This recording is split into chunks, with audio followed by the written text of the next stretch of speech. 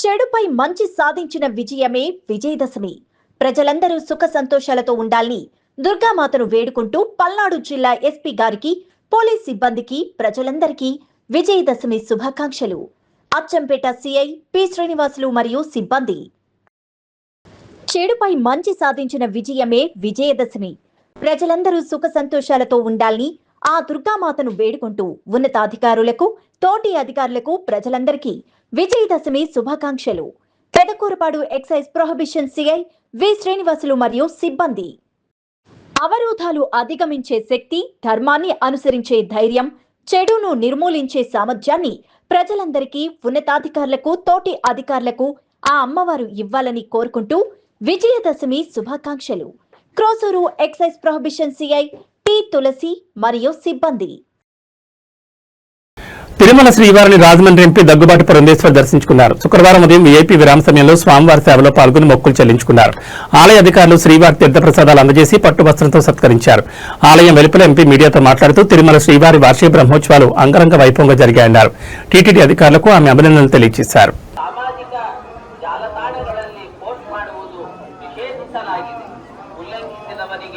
ಕಾನೂನು ಕ್ರಮ ಕೈಗೊಳ್ಳಲಾಗುತ್ತದೆ. तिरुमला क्षेत्र में राजनीतिक भाषण देना और आपत्तिजनक रील बनाकर सोशल मीडिया पर पोस्ट करना वर्जित है। उल्लंघन करने वालों के विरुद्ध कानूनी कार्रवाई की जाएगी। ओम नमो वेंकटेशाय। వెంకటేశాయ భక్తులకు విజ్ఞప్తి, తిరుమల క్షేత్రం నందు రాజకీయ ప్రసంగాలు చేయడం మరియు అభ్యంతరకరమైన రీల్ చేయడం సామాజిక మాధ్యమాల్లో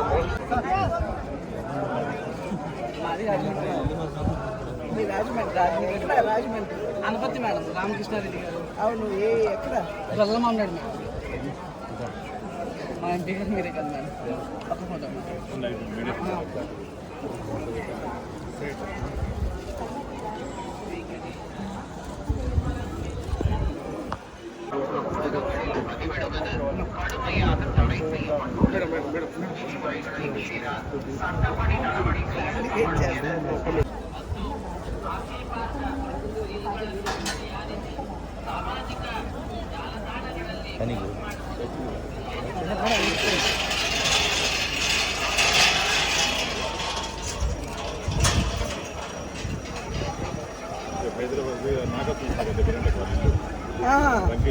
వెంకట చౌదరి గారు నేను ఫోన్ చేసి మాట్లాడతాను.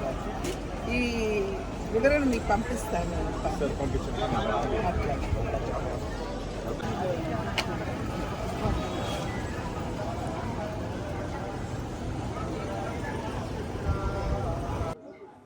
ఓం నమో వెంకటేశాయ. బ్రహ్మోత్సవాలు ఇప్పుడే ముగిశాయి, మనందరికీ తెలుసు. నేను ముందుగా చైర్మన్ గారిని, ఈఓ గారిని, అదేవిధంగా బోర్డు మెంబర్స్ని, ప్రతి ఒక్కరిని కూడా సేవ చేసినటువంటి వారిని ప్రతి ఒక్కరికి కూడా నా అభినందన ముందుగా నేను తెలియజేస్తున్నాను.